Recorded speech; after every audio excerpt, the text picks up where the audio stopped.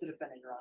All right, could you raise your right hand for me, please? Do you solemnly swear or affirm the testimony you give will be the truth and nothing but the truth, so help you God?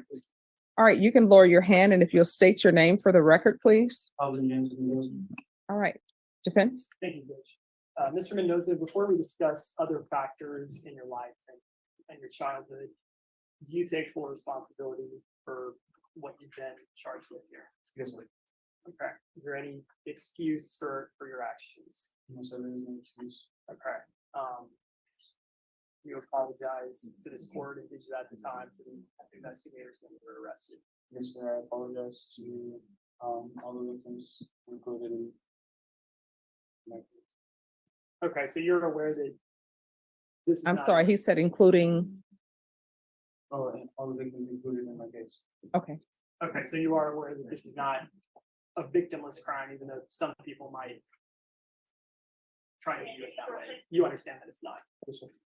Okay.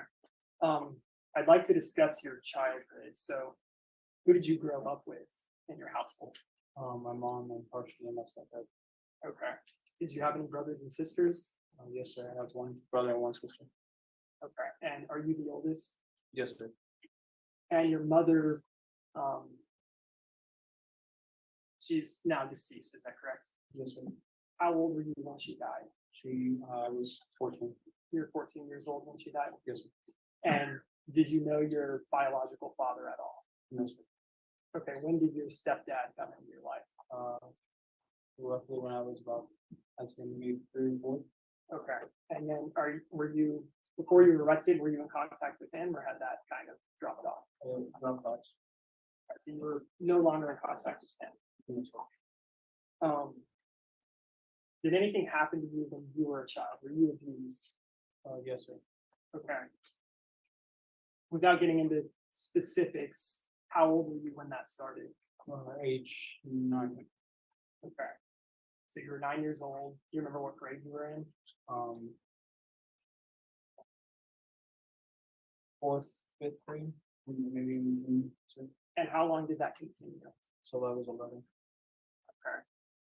Who was the person that perpetrated that abuse? My stepfather's brother. Okay. And just generally, was that sexual abuse? Yes, sir. Okay. How did it end? Like, how did that come to an end and stop happening? My mother got in contact with my stepdad and his brother, and came to an agreement that he would never step foot near us again. So do you know if it was ever reported to the police? No, sir, not to my knowledge. Okay, so you never talked to a police officer or investigator or anything like that? No, sir. Okay. Were you ever able to go to therapy or see a counselor for that? No, sir, apart from the school counselor. And when you say apart from the school counselor, how did that happen? I had spoken to my school counselor when I was in middle school, and it didn't have a positive outcome. And this was after my mom had passed away when I was like after roughly about maybe 6 months. And the outcome was that there was a child protective services case open, and my uncle got involved, and he did not have a positive outlook after that. By uncle, I mean my mom's brother. Was he actually upset that you had said something? Yes. And why was he upset? He was upset because it endangered his, it had opened up a case and endangered him with his son.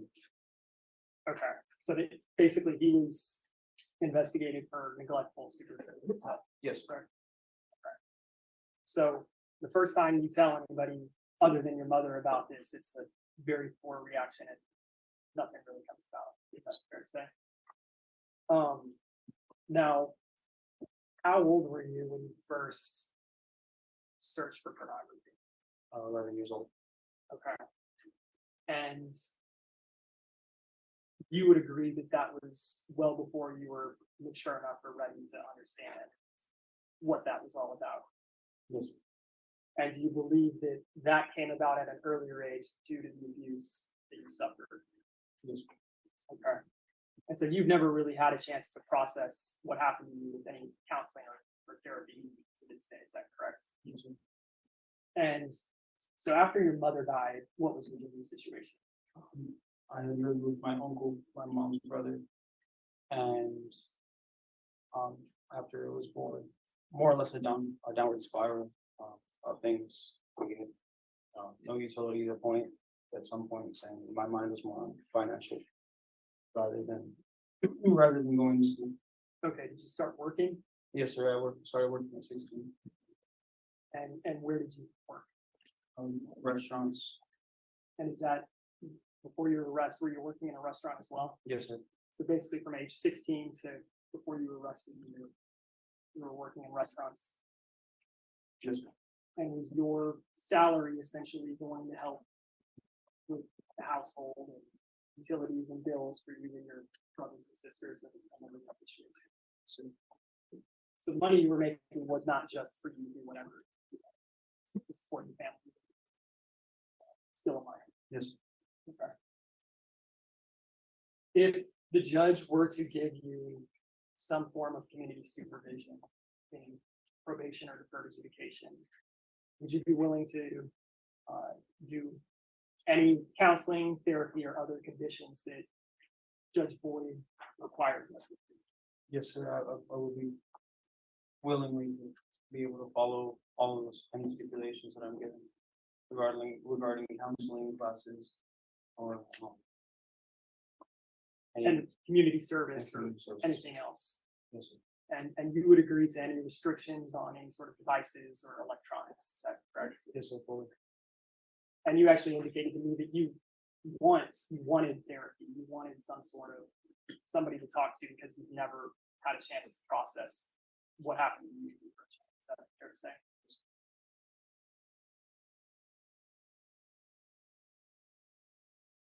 Okay. And what, if you were to get deferred adjudication or probation, what plans do you have in the future? My plans are to get a small business degree and open up a food shop and also become a culinary expert. And now, after you were arrested, you were interviewed by law enforcement, correct? Yes, sir. And you cooperated with them fully, is that true? Yes, sir. And you gave them the details of your online account so that they could assume your online identity, is that correct? Yes, sir. And the purpose of that was to grant them access so that they could investigate anyone who was distributing or possessing child pornography, is that correct?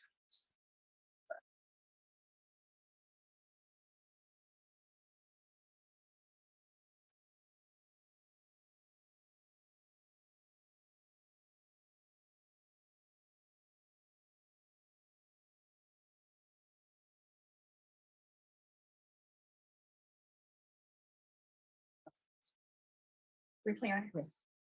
Mr. Mendoza, how old are you today? I'm 22 years old. So is it fair to say that although you may have not had a full understanding of what you were looking at when you started looking at this type of material at 11, at some point you knew that you were looking at something you shouldn't have been looking at, correct?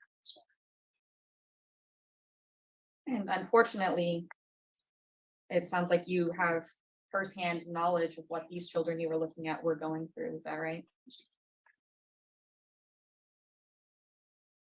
And even still, you not only viewed these images or searched for these images, you were sharing these images and trading them. Is that right? Did the PSI say that you had a fiance? How old is she? She's 17. She's 17. So she's underage currently, is that right? Yes, I would object, Judge, to that question. 17 is All right, 17 is the age of consent, so When did you begin dating her? roughly about a year ago. Okay, and she was 16 and you were 21, more or less, is that? Yes, ma'am. I don't have any further questions, then. all right, just, any follow-up? just a bit of clarification, Judge. Where does your girlfriend live, her fiance? New Mexico. Okay. And how many times have you been out to see her? Once, Just once. Okay. And were her parents aware of this the entire time? yes, sir. They actually chaperoned you when you went to visit her, is that correct? Yes, sir, fully supervised. And so they were with you at all times, and at no point were you alone with her, is that true? Yes, sir. Okay. And they actually approve of your relationship, isn't that true? Yes, sir. Okay. At no point did they ever say, hey, we don't want you around our daughter or anything like that. So they're not, you know, Okay, so with full knowledge, they accept you. yes, sir. And even her parents have kept in contact with you since your incarceration, is that true? Yes, sir. That's I have no further questions, Karen. How did you meet her? I met her online. No, any other follow-up? Argument now. All right, court will hear argument. State, what are you requesting? Judge, the state is requesting that you meet the cap of 7 years in this case. To point out a couple of things, the defendant was already given the benefit of some waived counts, and as well as, the cap and the ability to apply. Having reviewed the PSI report, although Mr. Mendoza does today apologize for what he did and state that he takes responsibility, it doesn't appear to me that full responsibility was taken. It sounds as though he would like to blame outside influences on why he did what he did. However, as you can see from the discovery and from the testimony, this was not just some searching of images or some viewing of images. It was storing of images, it was uploading of images, and it was trading of images for more images. I don't think that we know, the court knows that every person that's sexually abused does not begin trading, viewing child pornography. This is not as simple as a viewing of a few images. Also, I noticed in the pre-sentence investigation report, when discussing drug abuse issues, and it appeared as though Mr. Mendoza had stated that in spite of negative impacts on his jobs and his ability to maintain jobs and attend jobs, he continued to do the drugs. That appears to me like someone who's not as willing to make a change in their life for the better when they're doing something that they know they should not be.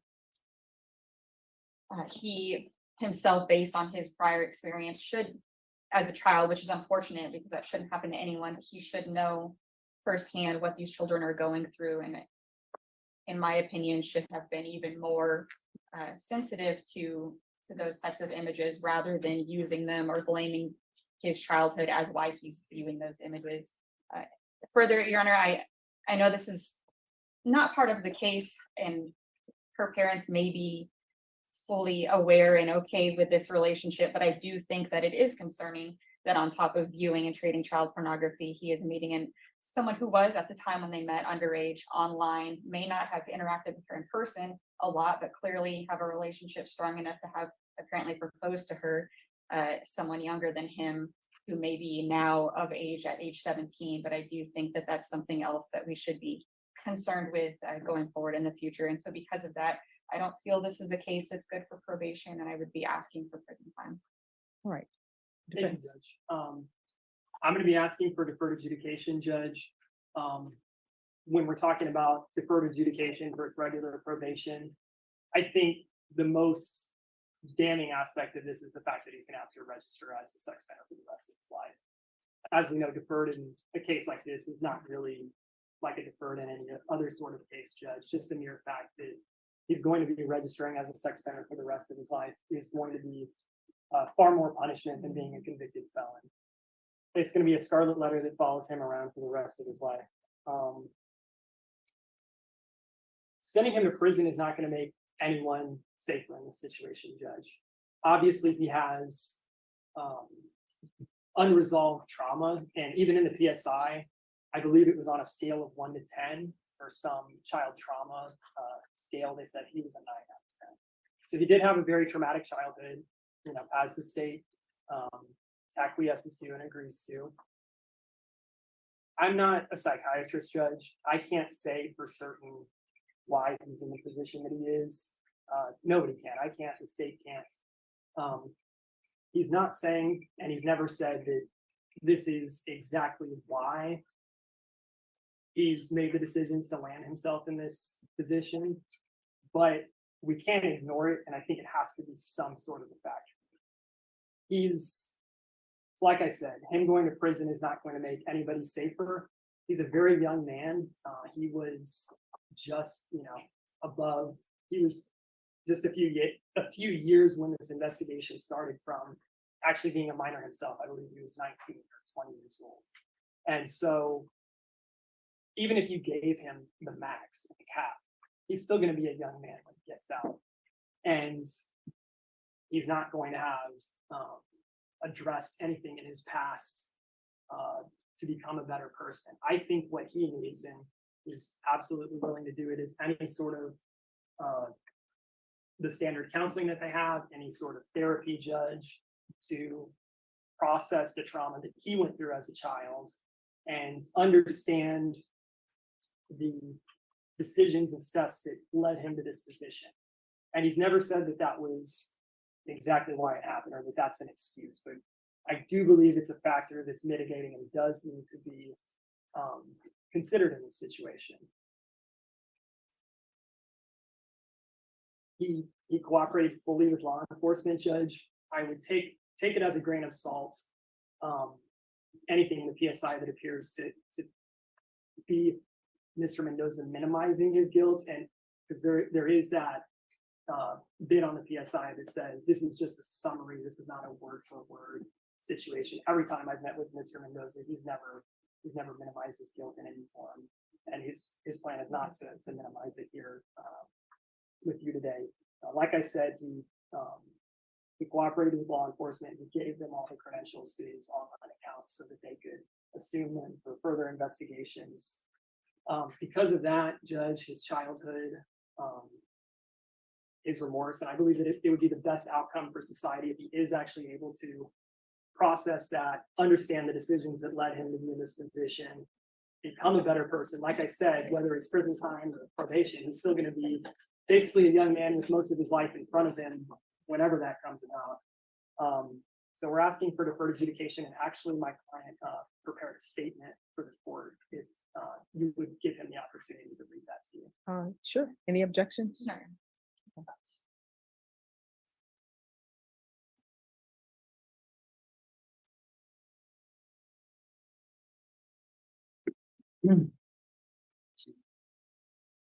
Honorable Judge Boyd, today I approach your cell with utmost respect and remorse for my actions. As of November 5th, 2023, I have been incarcerated for 7 months in the Bear County Adult Detention Center. Since my incarceration, I have learned a strict understanding of the severity of my case and have been physically harmed 3 times since. I have grown terrified of being in jail and fear prison will be worse on my mind and my life.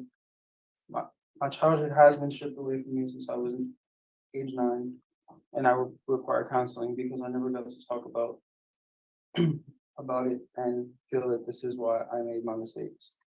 So I come before the courts respectfully asking for your consideration and granting me probation and not prison. My family and I agree that I may need the maximum probation allowed and a 180-day sanction with limitations on what I can do. Given my record, I will be a model probation, attending all classes assigned in order to become a successful member of society. I will never be the same mentally after my incarceration. I will never return to the mistakes I have made. My goals going forward in life are to be a culinary expert and chef and get a small business degree to own a food truck/restaurant. I am not a burden on my community. I am a taxpayer, and prior to my arrest, I was an assistant manager at my local restaurant. I have a family wishing for my safe return home without bodily injuries. So in conclusion, you granted probation by you, Judge. You will witness that you are not going to be making any mistake. I am in full agreement for mental therapy/counseling classes and other stipulations that may be added, but they will be followed to the T and fulfilled with great expectation. Thank you, Judge, for listening to my statement. All right, thank you. All right, Mr. Mendoza, I want you to know that I always read everything. I'm not the one who accepted this plea. but I did read over the stipulations and everything, and I have listened to the argument of your attorney, listened to the argument of the state, and understand your trauma and what you've gone through. And I'm sorry that you've gone through that. I'm a firm believer that when people go to do their time, be it at the Bexar County Jail or if it's at prison, they should not be subjected to violence, because the answering for those charges are what happens in court. The prison is just the conclusion or the result of that, where you do your time. And people should leave people alone, and people should not be attacking people at the Bexar County Jail or at the prison. People should be able to go to the prison, go to the jail, do their time in peace, and hopefully learn what their triggers are, hopefully address the traumas that are in their life. But the problem is when people go to the Bexar County Jail and when people go to prison, everybody, well, not everybody, some people are at the jail and at the prison dealing with their own traumas, and their own traumas present themselves in attacking other people. It presents themselves in not knowing the normal way that things should run in society, or the helpful way that things should run in society. Then you have some people who are at the jail, some people are at the prison. They're just people who sole entertainment in life, their sole purpose that they see in life is just to prey upon others. I wish that when I would send people to prison and I would send the people to the Bexar County Jail, that they would get a chance to reflect on why they're there and reflect on bettering themselves and not having to reflect on watching their back. My concern in your case is the trading. That's a problem. So I'm going to deny your application. I'm going to find you guilty of counts 1, 2, and 3. And I understand that the state is asking for a cap of 7, but I understand the trauma you've gone through, and you can't go undo that. You can never get your childhood back. And who knows, maybe you would have been a different person if none of that had happened. But I'm taking that in consideration with sentencing you, okay? All right, so the court will sentence you to 6 years in each count. The counts are to run concurrently. There's Chapter 62 compliance. And I'm going to ask that at the prison, they place you in the mental health unit. They do have persons that will help you with your mental health. They do have persons that will help you with the therapeutic community. I'll request for the therapeutic community as well, but I don't know if you're going to qualify for that. Even though I'm requesting that in my judgment, in my order, you're still going to have to ask for it. You understand? If you do not ask for it, they're definitely not going to consider it. And it's just going to be like, I never ordered it. Okay. All right. I'm going to show you what's entitled Trial Court Certification of Defendant's Rights to Appeal. Did you review that with your attorney? Did you understand it? And did you sign it? All right. Because this is a plea bargaining agreement, because I followed your plea bargaining agreement, and because you waive your right to appeal, you do not have the court's permission to appeal. Because this is a felony conviction, you're not allowed to own or possess any weapons or ammunition. If you have a question over what a weapon or ammunition is, you'll need to speak to an attorney. Do you understand? All right, good luck to you. You're welcome. Thank you, Ms. Davis. Yes, thank you.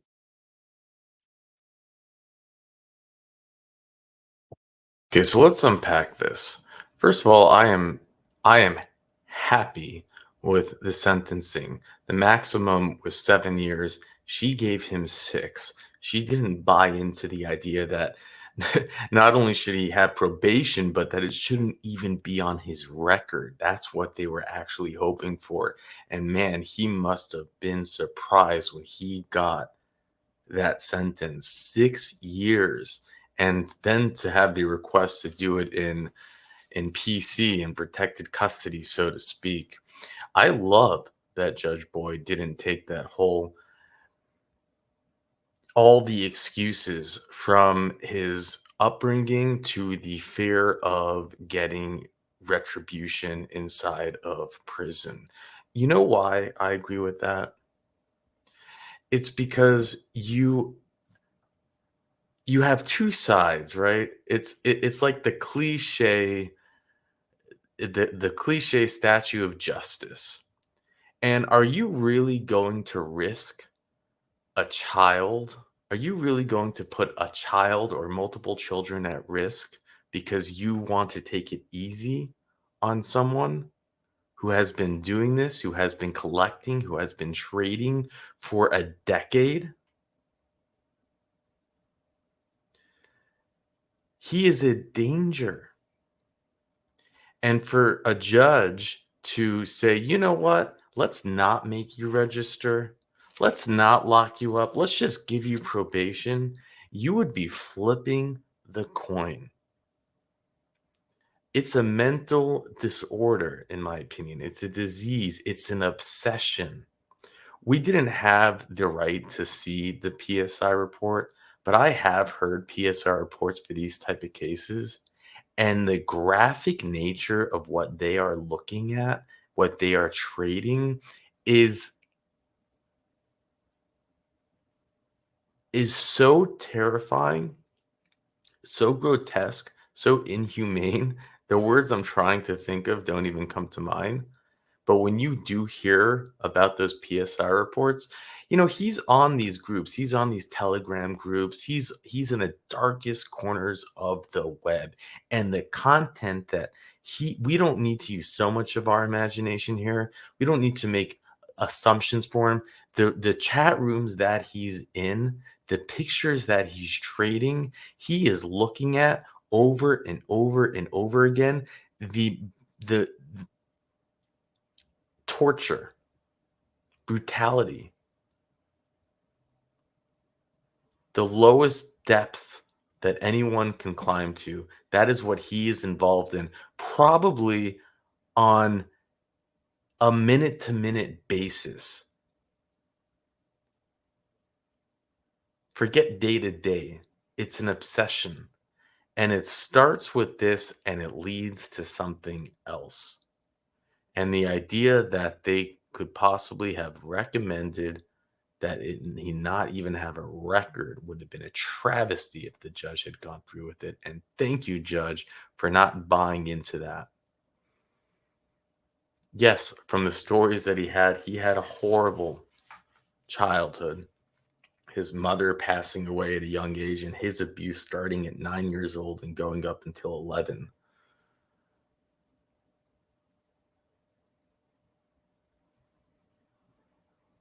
But that has nothing to do with protecting the future generations, with protecting other children. Now, will he take programs? Did I say programs? And be able to somehow figure out and change his ways? Who knows? Are you just kicking the ball down the road, is what I'm saying? But at least the court system is doing the best to protect their children, because he's going to have to register. And he's going to know what prison tastes like. And hopefully he doesn't like it very much.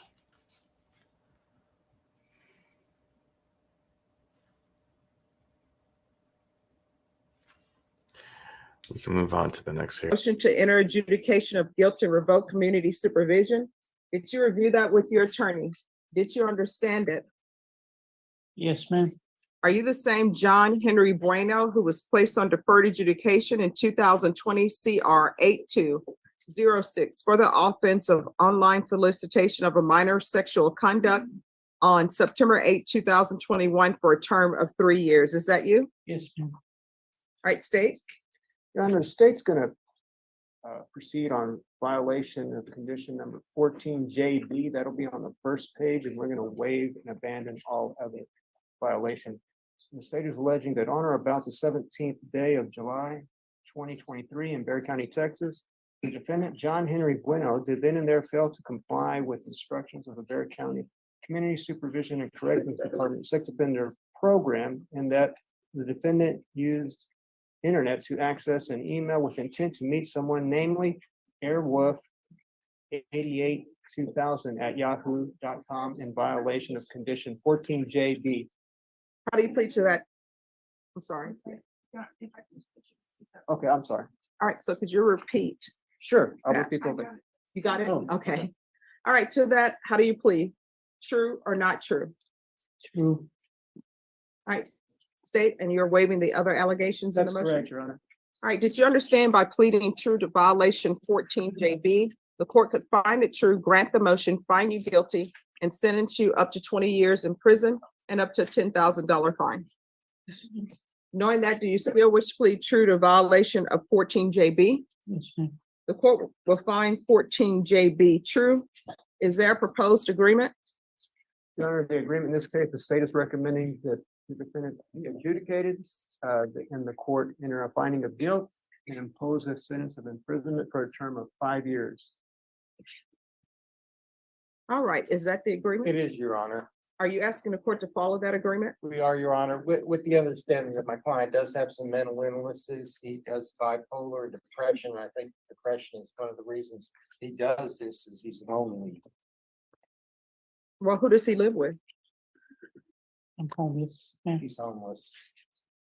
But he's finding computers even though he's homeless? We had a phone, not a computer.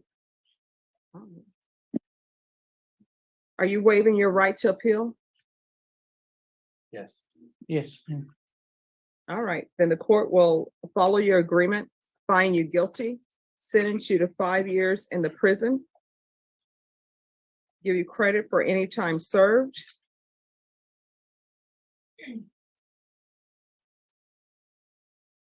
All right, is there anything else from either side with regards to sentencing? Nothing further from the state, Your Honor. Nothing further from the defense. All right, I'm going to show you what's entitled Trial Court Certification of Defendant's Rights to Appeal. Probably best for you that you're not on this. You'll need to speak to an attorney. You understand? Yes. All right, we can go off the record. It's probably best for you that you're not online at all. Do you understand? Yes. All right, good luck to you. Thank you, Judge. You're welcome. That's what his defense attorney says. He's lonely. Are you kidding me? You can't make this up. He's doing it because he's lonely. He's soliciting a child after being given probation because he's lonely. You know, this is interesting. These hearings happen on the same day.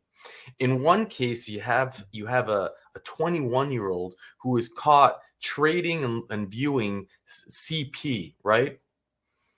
And then on another case, you have this homeless man who is busted for soliciting a child online in probably was a sting operation. He is given probation. He is not asked to sit 1 day in prison. And he reoffends almost immediately.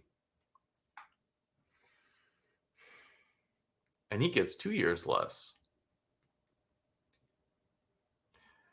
I don't understand why he's, how these deals are made, who writes this legislation, but the whole thing's nuts. He's lonely. They did, give kudos to the task forces that are tasked with protecting our children, because it seems that they're doing everything in their power to keep these monsters off the streets. But then when they get let go on probation, and then they have to go and do it all over again, they have to set up another sting operation. Think about the cost that he's bringing onto the system. And thank you, Richard, for sharing both of these hearings and this information. If we go through, if you just want to look at it from the beginning and to the end, these are his records when he's first busted in 5/2/2020 to meet with the minor. Then you go through all of the processes of the court and the drag on the system and the cost to the system and the time on the system. And he says, I'm going to go to trial, and they play all those games. And then they say, give me a mental illness evaluation. He's depressed. The poor guy, he's depressed and he's lonely. So he needs to find, relief by meeting up with the child. Then you fast forward to September 8th, 2021. And here it is. They decide that he needs to take, I guess, some programs. I'll say programs this time. An AIDS awareness course. I wonder why they're asking him to take that. It's chilling to think what they know, what we don't know.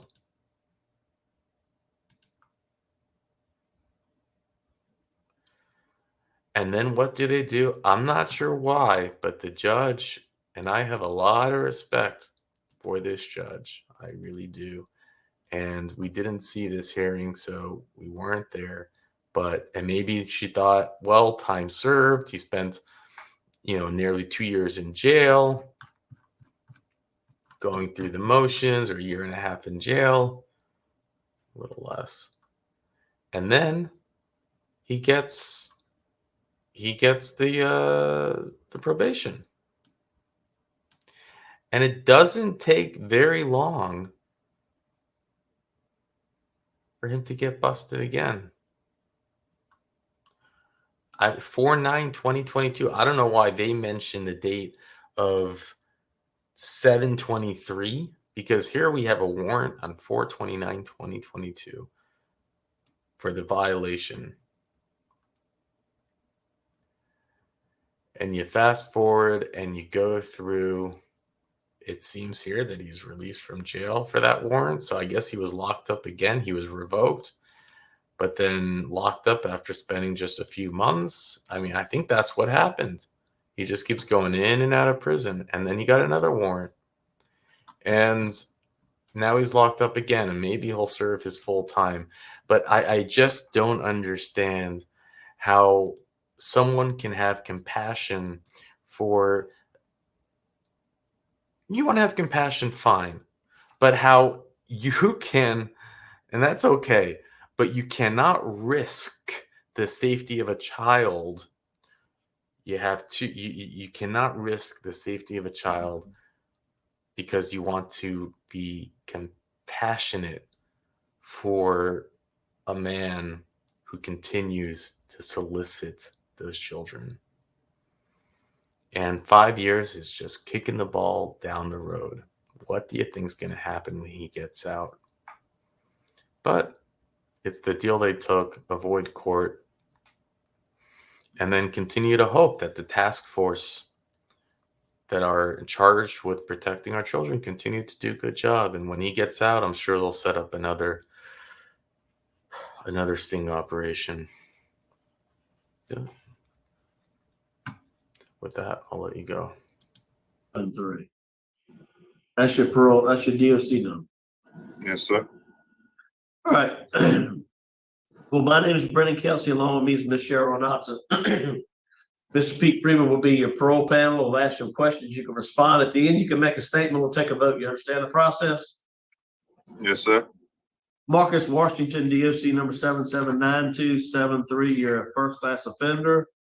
Parole, you're not eligible for good time. Parole eligibility date 11/1/2023. Full term 3/1/2025. 2-year sentence. Carnal knowledge. Does that sound correct? Yes, sir. All right. Would you please answer Ms. Renatz's question? Good morning, Mr. Washington. How you doing today? I'm doing all right. Good. How long you been in jail? 8 months. So you've served 8 months of your 2-year sentence. Yes, And ma'am. but the offense, the carnal knowledge offense occurred in 2017. Yes, ma'am. And it's my understanding the victim was a 14-year-old that you met on social media. Yes, ma'am. What happened? What happened? I was on social media. I was talking to her. I didn't know she was that young. We just had conversation. And after that, I just stopped talking to her.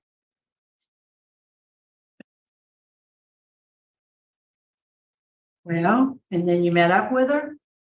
No, ma'am. You never met up with her? No, ma'am. She told me her age. I stopped talking to her Well, then why are you in jail? because I came to jail on 3 contempts, but they gave me that charge.